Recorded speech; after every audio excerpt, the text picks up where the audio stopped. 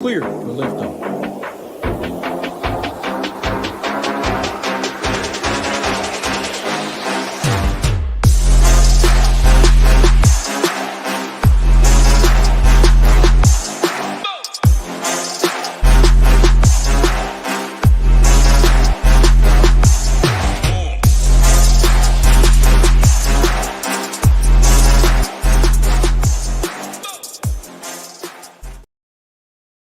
What's up, everybody? Big Marley 3 from SHIPIT Nation here to break down the Week 14 NFL Primetime Slate for you guys.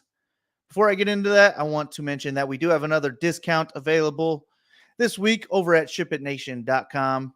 If you sign up with promo code TRY20, you get $20 off your first month. We have great content and projections for all these sports listed, and they are all included in the membership. We have MMA tonight, and then a big card to close out the year next week.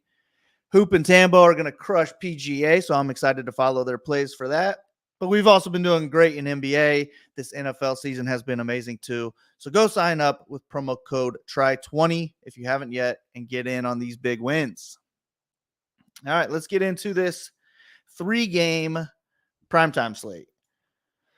The first game is the best game with the highest total of the entire week. The Cowboys are 3.5-point favorites, home favorites, that is, over the Eagles, and we have a 52-point total. This is a rematch from 5 weeks ago where the Eagles won 28-23. Hurts is always in play, and he can get there with his legs with the tush push. But if I am using Hurts, then I want him stacked with one of A.J. Brown or Devontae Smith. I don't think I'll be able to afford both of them stacked with Hurts. But Dallas Goedert is back this week at tight end. I think he can be tossed into stacks as well. But I do want to try and get one of those receivers in if I am using Jalen Hurts this week. And then DeAndre Swift is playable as well, with or without Hurts, really. And he should be low on because he hasn't really done much lately. I remember I used him in this matchup 5 weeks ago, and it did burn me, but Gainwell ended up getting a rushing touchdown in that game. If it was Swift, then that could have saved his day. So I don't mind going there. And if you want to, you could pair him with the Eagles DST, which I don't think many people will do at all. But I am more interested in the Cowboys side of the ball, mainly because the Eagles just can't stop wide receivers. Dak Prescott threw for 374 yards and 3 touchdowns against this defense. And CeeDee Lamb had 191 of those yards. And he's going to be probably my favorite play on this short slate. And he had 17 targets last week as well. So Dak loves peppering him. I like this matchup a lot. CeeDee's good to go. And then Brandon Cooks did absolutely nothing in this matchup last time, but he has averaged 19 DraftKings points since then. I think he's very in play as well. He has big playability too. And then Jalen Tolbert and Kevontae Turpin, they both scored touchdowns against this Eagles secondary the last time they met, and they're both priced at the minimum $3K, $500 cheaper than Michael Gallup is. So I would actually prefer to just pay down for one of these guys. You could toss them into stacks too. And then they also have Jake Ferguson at tight end, who's a great play, and then Tony Pollard at running back too. This is a really tough matchup, so I don't know that I'm going to get to a lot of Pollard, but he should be low owned. So if that's the case, then sign me up, I guess. But I do prefer Dak Prescott and then throw in one or two of these wide receivers, maybe a Jake Ferguson as well. This is my favorite team to target on this short slate, and there's just lots of ways we could stack it up. And then the first one listed for the Monday night games, we do have 2 Monday nighters this week, which is nice. But the first one is the Titans at the Dolphins, and the Dolphins are 13.5-point home favorites, and they have the highest total of the entire week at 30.25. There are only 2 guys that will make my player pool for the Titans, and that is going to be Derrick Henry, who crushes it in December, and he's only $6,500. He has had 4 touchdowns in the last 2 weeks, and he hit the 100-yard bonus last week, scoring 28 DraftKings points, which was his best week of the year in December. And then there is DeAndre Hopkins at $6,100.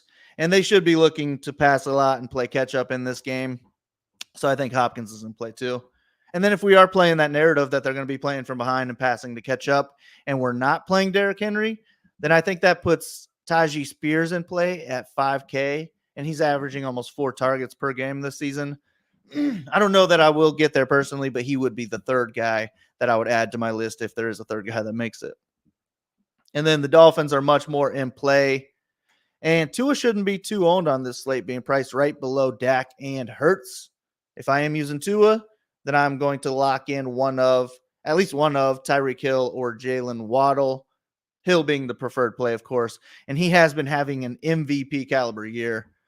And then I also like using either of these Dolphins running backs with or without Tua. Raheem Mostert has the Q tag, but that should keep him low owned, and he has 16 touchdowns on the year. If he does end up sitting, though, that makes Devon Achane an absolute lock for me at 7K. But I like him either way, and he has 9 touchdowns in basically the 4 games that he has played this season. He's just amazing. He's hard to tackle. I like him every week if he's healthy. And then the last game is the one that I really just don't care too much about. The Packers are 6.5-point road favorites over the Giants. And we have a 36.5-point total in this one. I have no real interest in the Giants and their 15-point team total. But if anybody makes my player pool, I guess it would be Saquon Barkley. I mean, I just don't think that there's any way I'll be able to afford him at 7,100. And then probably one of these cheap wide receivers. I would guess Wan'Dale Robinson at $3,700 as a cheap pump play to help me pay up elsewhere.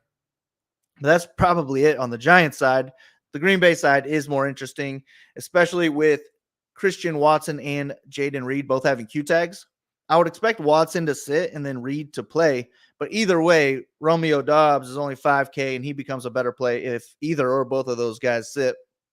And then if we also get Watson sitting, then that puts Dontavian Wicks into play as well at $3,800 as a cheap punt.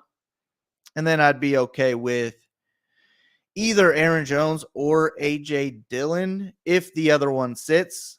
If both end up playing, I really don't have interest in either one of them. But if both end up sitting, then that brings in Patrick Taylor at $4,400, and he would be very in play in that case. And then I'd be fine with either DST from this game as well. But that's about it for me.